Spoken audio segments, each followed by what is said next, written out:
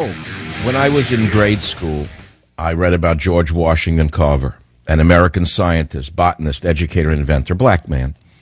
No one knows when he was born. You know why? He was born into slavery in Missouri in January of 1864, it is thought.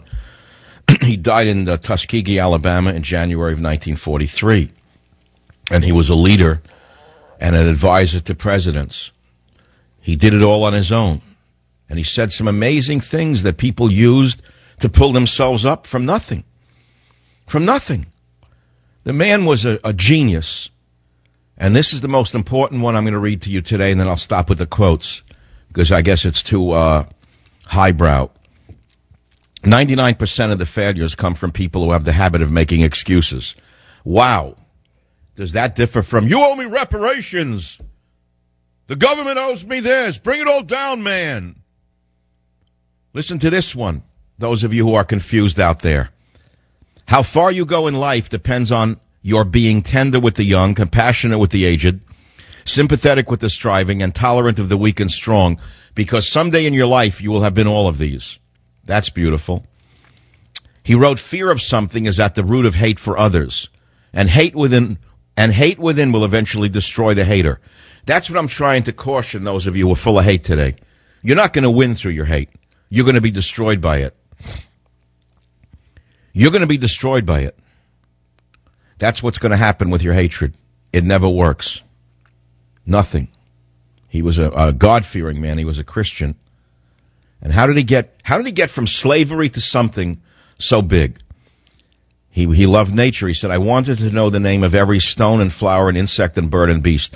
I wanted to know where it got its color, where it got its life, but there was no one to tell me. No one to tell me, so he figured it out on his own. He read, went to the library. He didn't expect a tutor to come to his house. You know, pretty amazing. When our thoughts, which bring actions, are filled with hate against anyone, Negro or white, we are in a living hell. That is as real as hell will ever be. Now, if a kid is taught this as a youngster, when the venom of an Al Sharpton or the venom of an Obama or the venom of all of these haters is thrown at them, they have an immunity.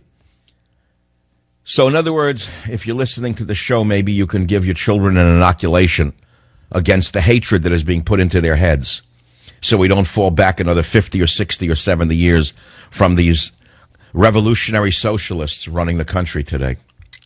So let's take some calls on the Savage Nation, 855-400-7282. I'm trying the high. I'm trying whatever I can do here to raise us up to another level, because we have very dangerous revolutionaries in very high places in this country who would like to see race wars ignited across the land. They want the prairie fire. In fact, there was a 60s publication put out by communists called Prairie Fire, and they were seeped on it like mother's milk. They drank the hateful rhetoric of Prairie Fire as children. As others were given mother's milk, they were given this hatred.